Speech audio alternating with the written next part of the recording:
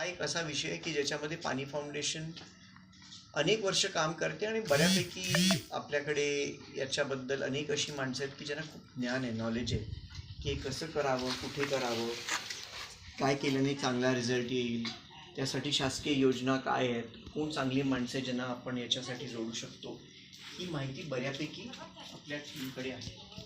तर हाही एक विचार मला कसा तर ज्या गावामध्ये पाणी आलं मग आमच्या मनात असा विचार आला की या पाण्याचा शेतकऱ्यांना फायदा झाला पाहिजे. पाणी आलं, पाण्याचा पैसाही झाला पाहिजे. पैसा झाला तर खरी मजा आहे. तर आपण या पाण्याचा पैसा कसा करायचा, तर चांगली शेती झाली पाहिजे. तर चांगली शेती एकट्याने करणं खूप कठीण आहे, कारण एकट्या शेतकरी काय काय करणार.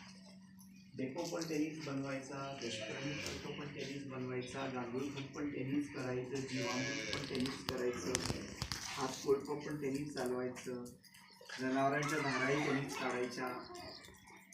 शेवटी 2 हात 2 पाय 1 दिवस. त्यामुळे एका माणसानं किंवा एका कुटुंबाला या सगळ्या गोष्टी जमणं हे खूप कठीण आहे.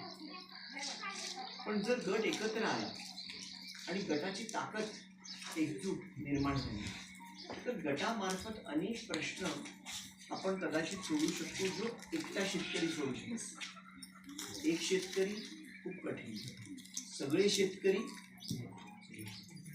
ताकद तयार आहे, बरोबर. तर त्यामुळे गेल्या वर्षीपासून आपण नवीन स्पर्धा सुरू केली. त्या स्पर्धेचं नाव आहे सत्यमेव जयते फार्मर कप आणि ही आहे गट शेतीची स्पर्धा. आणि त्याच्यामध्ये गेल्या वर्षी 1500 गटांनी भाग घेतला. तर गटांनी भाग घेतल्याबरोबर काय झालं, तर सर्वप्रथम जी एकी झाली त्याचा फायदा काय काय झाला मी तुम्हाला सांगतो. सर्वात महत्त्वाची गोष्ट म्हणजे शेतीचा खर्च कमी झाला.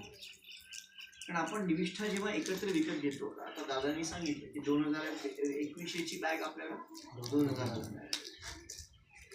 तर अशा अनेक गोष्टी आहेत की ज्या तुम्हाला लक्षात येईल की एवढंच नव्हे